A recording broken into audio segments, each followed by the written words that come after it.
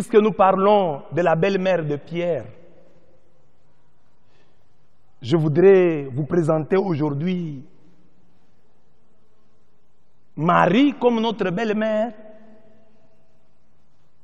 Ici dans le texte, Pierre garde sa belle-mère chez lui. Et vous savez qu'en Jean 19, Jean, le disciple bien-aimé, a gardé, lui, Marie chez lui.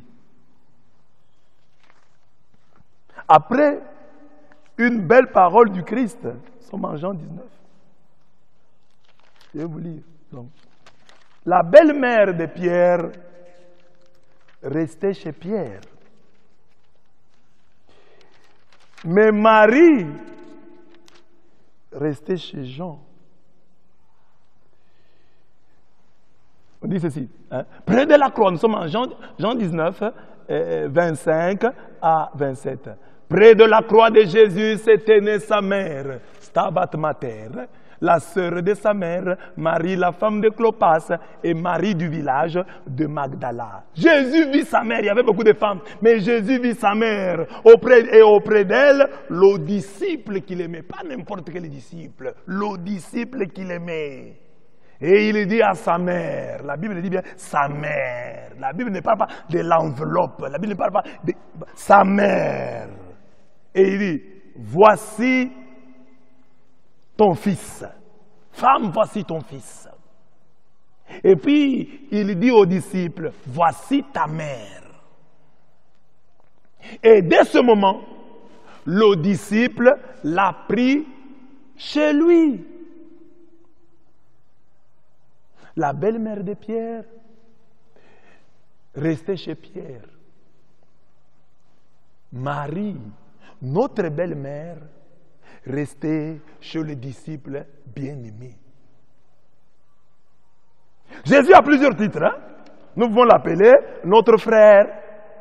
Comme on dit en Hébreu 2, 11 à 12. Jésus est notre frère. Alors si Jésus est notre frère, Marie est notre mère. Marie est notre mère. Or Jésus qui purifie les êtres humains de leurs péchés, et ceux qui sont purifiés ont tous le même Père. C'est pourquoi Jésus n'a pas honte de les appeler ses frères. Nous, que Jésus a purifiés de nos péchés, avons le même Père. Et Jésus n'a pas honte de nous appeler ses frères. Hébreux 2, 11 à 12. Nous sommes donc les frères de Jésus. Et si nous sommes les frères de Jésus, Marie est notre mère. C'est la mère de notre Seigneur. Et ce nom, ce titre de mère de notre Seigneur, lui est donné par le Saint-Esprit. Ce n'est pas une invention des hommes. C'est le Saint-Esprit qui appelle Marie, mère de mon Seigneur. Le Saint-Esprit. Luc 1, 43. Luc 1, 43. C'est Élisabeth. La Bible dit, Élisabeth remplie du Saint-Esprit. Écoutez, Élisabeth fut remplie du Saint-Esprit.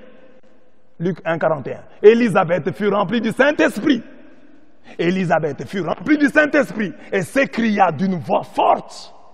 C'est Élisabeth remplie du Saint-Esprit qui dit, Dieu t'a béni plus que toutes les femmes et sa bénédiction repose sur l'enfant que tu auras. Ça c'est une version. Tu es béni entre toutes les femmes et Jésus le fruit. Si Jésus est le fruit, il y a un arbre. Où est l'arbre?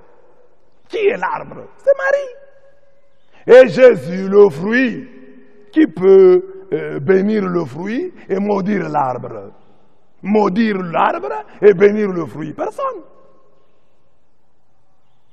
L'avocat vient de l'avocatier. La mangue vient du manguier. Jésus vient de Marie. Si la Bible, le Saint-Esprit appelle Jésus le fruit des entrailles de Marie, qui es-tu toi pour donner à Marie des qualificatifs peu honorables? Tu appelles Marie enveloppe. Tu appelles Marie la mère charnelle de Jésus. Écoute ici le Saint-Esprit, il te corrige. Le Saint-Esprit te corrige. Il dit, Élisabeth fut remplie du Saint-Esprit et s'écria d'une voix forte, tu es bénie entre toutes les femmes, et Jésus, le fruit de tes entrailles, est béni. 43. Qui suis-je? Qui suis-je? Élisabeth, c'est la cousine de Marie. Qui suis-je pour que la mère, elle était sous l'onction. Qui suis-je pour que la mère de mon Seigneur vienne jusqu'à moi? Elle l'appelle la mère de mon Seigneur. La mère de mon Dieu. Parce qu'on dit, Sainte Marie, mère de Dieu. Mais ici, c'est le Saint-Esprit. Quand Élisabeth dit que Marie est la mère de mon Seigneur, sous l'onction, Luc 1, 42 dit que Élisabeth, 41, Élisabeth fut remplie du Saint-Esprit. Donc ce n'est pas elle, c'est le Saint-Esprit qui parle en elle. Et le Saint-Esprit dit que Marie est la mère du Seigneur d'Élisabeth. Marie est la mère du Seigneur d'Élisabeth. La mère de notre Seigneur. Et quel est le nom qui a été donné à Jésus après sa victoire? Il lui a donné le nom qui est au-dessus, le nom de Seigneur. Jésus est Seigneur. À la gloire, de tout genou fléchira et toute langue dira de Jésus-Christ qu'il est Seigneur à la gloire de Dieu le Père. La mère de mon Seigneur. La mère de mon Seigneur. Car vois-tu, au moment où j'ai entendu ta salutation, la salutation de Marie n'est pas une salutation ordinaire. Quand Marie te salue, l'enfant a remué de joie en moi. Marie, la salutation. S'il y avait un pasteur dont la salutation pouvait faire remuer de joie les enfants dans le sein de leur mère, ce pasteur, on allait blaguer avec lui? On n'allait pas blaguer. Mais Marie, on dit, sa salutation fait remuer l'enfant de joie. Fait remuer l'enfant de joie. Et il dit, tu es heureuse. Toi qui as cru que le Seigneur accomplira ce qu'il t'a annoncé. Parce qu'Abraham a douté. Parce que Manoah a douté. Mais toi, quand on t'a dit, vierge, tu concevras, tu n'as pas douté. Tu as cru. Tu es heureuse. Tu es bénie. Tu as de la chance, Marie. Oh, tu as de la chance. Donc, Élisabeth, sous l'onction du Saint-Esprit, appelle Marie mère de mon Seigneur. Très profond. Alors, si toi, qui n'es pas catholique, tu es incapable d'appeler Marie mère de ton Seigneur, de dire qu'elle est la mère de Dieu, je vais te donner un verset qui peut t'aider. Ça, c'est un verset qui regarde seulement la politesse humaine. La simple politesse. Si tu es incapable d'être un homme spirituel, sois au moins un homme poli. Romains 16, 13 nous invite à la politesse. Et nous, les Africains, nous ne devions pas avoir de problème pour comprendre Romains 16, 13. Que dit Romains 16, 13? Que dit ma Bible? Je ne sais pas ce que dit ta Bible, mais ma Bible dit ceci. Romains 16, 13. Romains 16, 13. Saluez Rufus, ce remarquable serviteur du Seigneur. Et sa mère, saluez aussi sa mère, et qui est aussi ma mère, qui est aussi une mère pour moi. Ça, c'est la simple politesse. Si la maman de Rufus était aussi la maman de Paul, à combien plus forte raison, la maman de Jésus doit être ta maman. Donc quand tu parles de Marie, dis même maman Marie. Maman Marie. En vérité, en te fondant sur Romains 16, 13. Paul dit, saluez Rufus, qui est un remarquable serviteur de Dieu. Saluez aussi sa mère, qui est aussi ma mère. La maman de Rufus, qui pouvait avoir des problèmes. Ça pouvait être une mère querelleuse, une mère à problème. Ça pouvait être une commère. Mais Paul dit, cette maman-là est aussi ma maman. Mais la maman de Jésus, qui est pleine de grâce, qui est extrêmement favorisée, comment ne peut-elle pas être ta mère? Tu as un autre problème. Tu as un autre problème. Alors là, je laisse. Donc Jésus est notre frère. Si Jésus est notre frère, Marie est notre mère.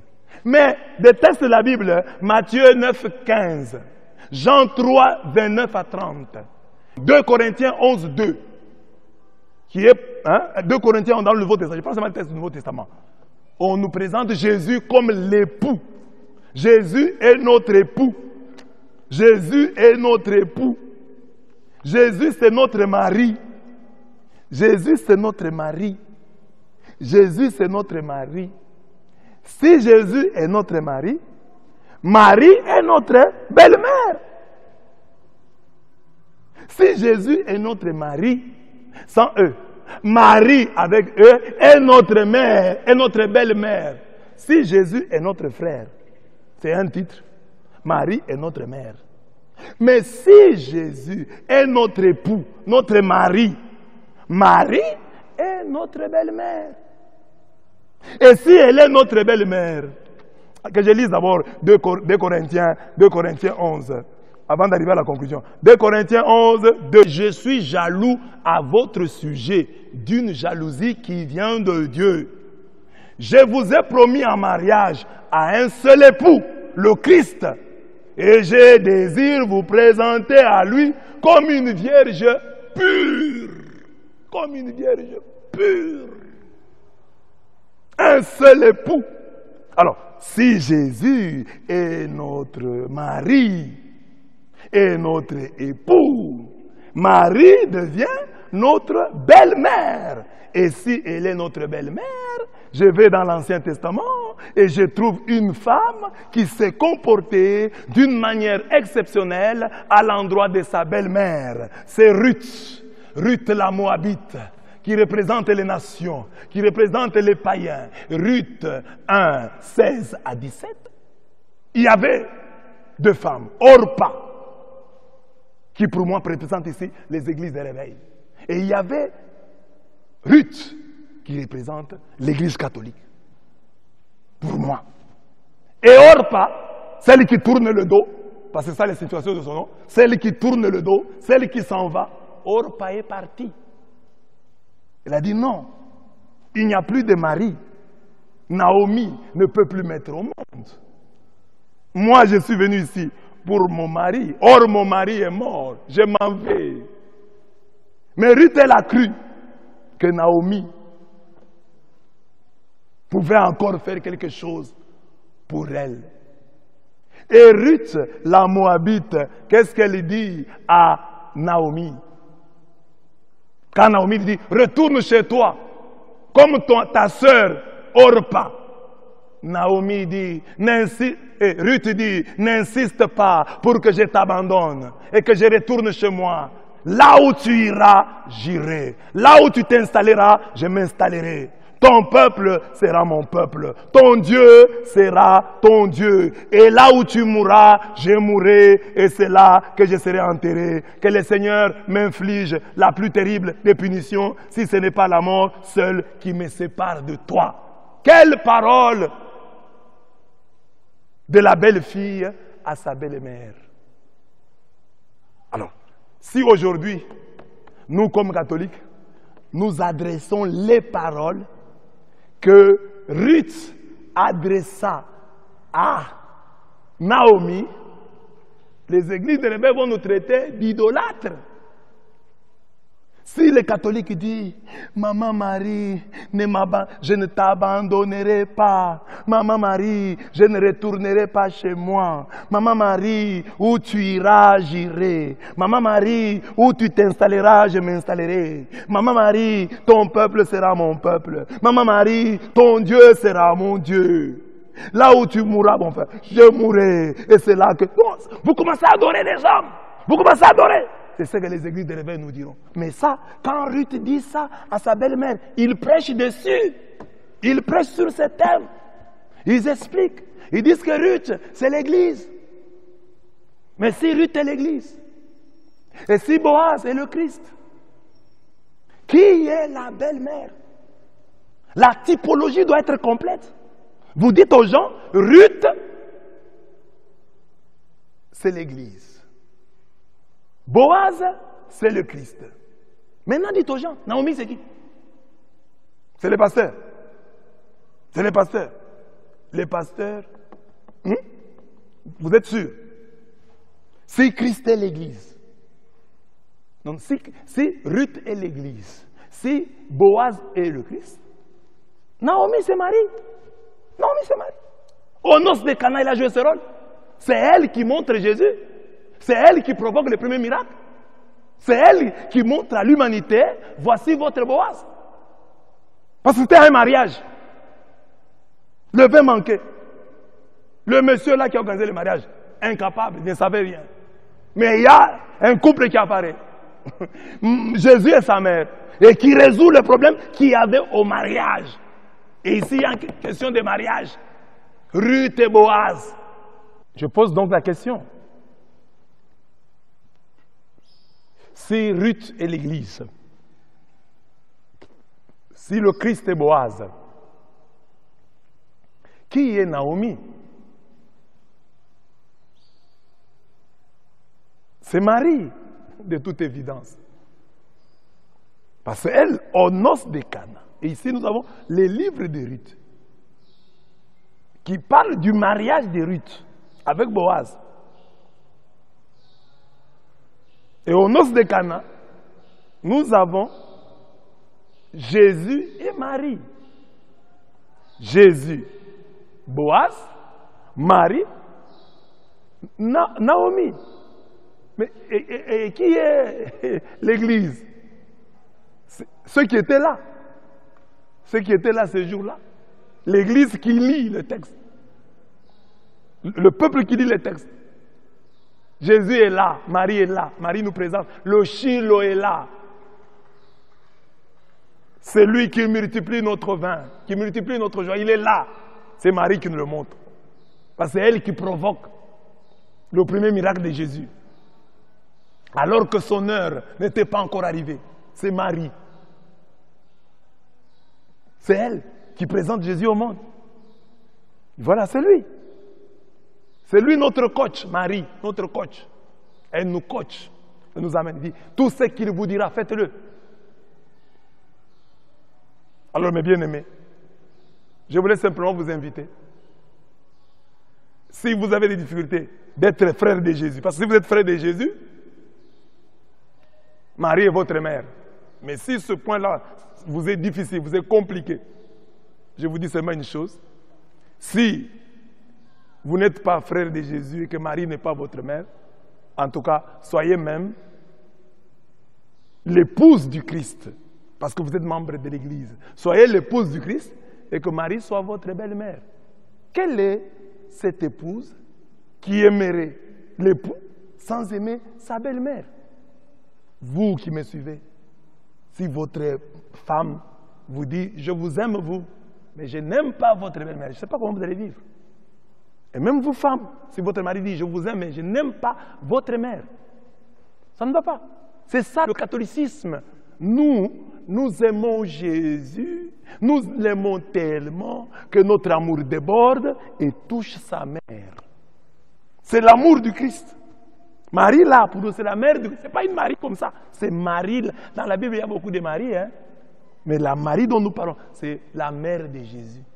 Puisque nous aimons Jésus, nous l'aimons tellement que notre amour déborde et touche Marie, sa mère. Donc, nous sommes l'épouse du Christ et Marie est notre belle-mère. Chez nous, ici en Afrique, les belles-mères sont respectées. On ne blague pas avec elles. On ne se joue pas des belles-mères. On les respecte.